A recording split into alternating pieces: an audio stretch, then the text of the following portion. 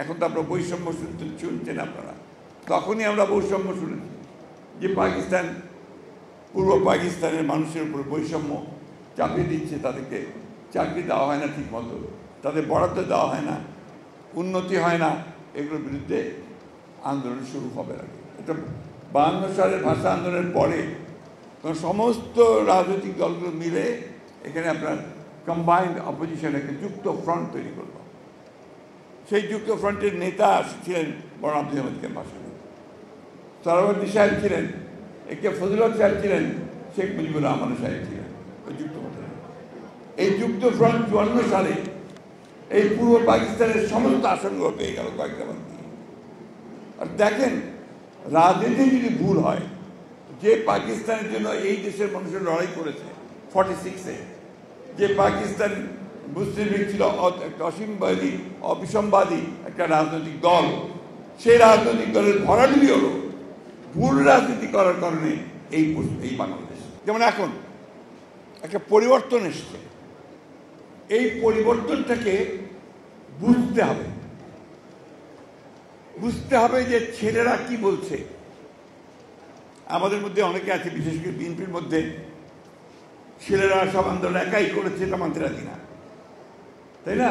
অনেকে কথা খুব জোরে সোরে মিটিংয়ের মধ্যেও বলেন। সত্য কথা, আমরা 15 বছর ধরে লড়াই করেছি, সংগ্রাম করেছি, জান দিয়েছি, প্রাণ দিয়েছি, গামলা গেছি, জেলে গেছি। তারপরে বলেন আপনার যে শেষ লাঠিটা গোলে কে মেরেছে? ছাত্ররা মেরেছে। সুতরাং ছাত্রদের সঙ্গে আমাদের কখনোই কোনো দূরত্ব সৃষ্টি করা যাবে না। সবসময় মনে রাখতে হবে, এরা তরুণ, এদের অনেক উদ্দীপনা। আমরা যখন ছাত্র ছিলাম, আমরা তো এরকমই ছিলাম। দ্রুত নির্বাচন হওয়াটাই এই দেশের জন্য, জাতির জন্য মঙ্গল। কেন বলছি? আমাদের অভিজ্ঞতা থেকে। এই ধরনের সরকার যতদিন বেশি থাকে তত সমস্যা তৈরি হবে। কেন? এর তো ম্যান্ডেট নাই, এর তো নির্বাচিত সরকার নয়, এর পেছনে শক্তিটা কোথায়? এই জন্যে এই সরকারকে ওইটা চিন্তা করতে হবে যে আমি যত দ্রুত সময় পারি প্রয়োজনীয় যে সংস্কারগুলো, যেগুলি নিয়ে আমরা কথা বলেছি 2 বছর আগে, আমাদের 31 দফা 2 বছর আগে দিয়েছি আমরা সংস্কার, তাই না? আমরা নিজেরা উপলব্ধি করেছি যে এই বিষয়গুলোর পরিবর্তন দরকার। আমরা তো আপনার প্রধানমন্ত্রীর ক্ষমতা আর রাষ্ট্রপতির ক্ষমতা আপনার পার্থক্য করতে বলেছি, ভাগ করতে বলেছি। এক ব্যক্তিকে বেশি ক্ষমতা দেওয়া যাবে না। একজন ব্যক্তি 2 বারের বেশি প্রধানমন্ত্রী হতে পারবে না। আমরা বলেছি 31 দফায়, আমরা বলেছি পার্লামেন্টারি কক্ষ বিশিষ্ট হতে হবে, তাই না? আমরা বলেছি যে বিচার বিভাগকে সংস্কার করতে হবে, যে আমরা অবশ্যই সংস্কার চাই। আমরা আগে বলেছি যে এটা আপনাকে যৌক্তিক সময়ের মধ্যে করতে হবে। এমন সময় যেন না নেয় যে সময় নিতে গেলে জনগণের মধ্যে ভ্রান্ত ধারণা হচ্ছে কি হবে যে আপনি ক্ষমতায় থেকে যেতে চাইছেন।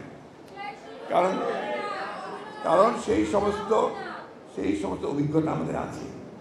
ওই ফখরুদ্দিন মনিউদ্দিনের সরকার, তারা আপনার এসে এখানে আবার কিংস পার্টি করার চেষ্টা করছিল, মনে আছে আপনাদের? ক্ষমতায় থেকে দল করবে, মানুষ তো সেটা নেয়নি। নিয়েছে কি? তাড়াতাড়ি ইলেকশন দিয়ে পালিয়ে দিতে হয়েছে, তাই না? হাসিনাকে পালাতে হয়েছে কেন? হাসিনা পালিয়ে গেছে কেন? হাসিনা পালিয়ে গেছে, সে চিন্তা করতে ভুল করেছে।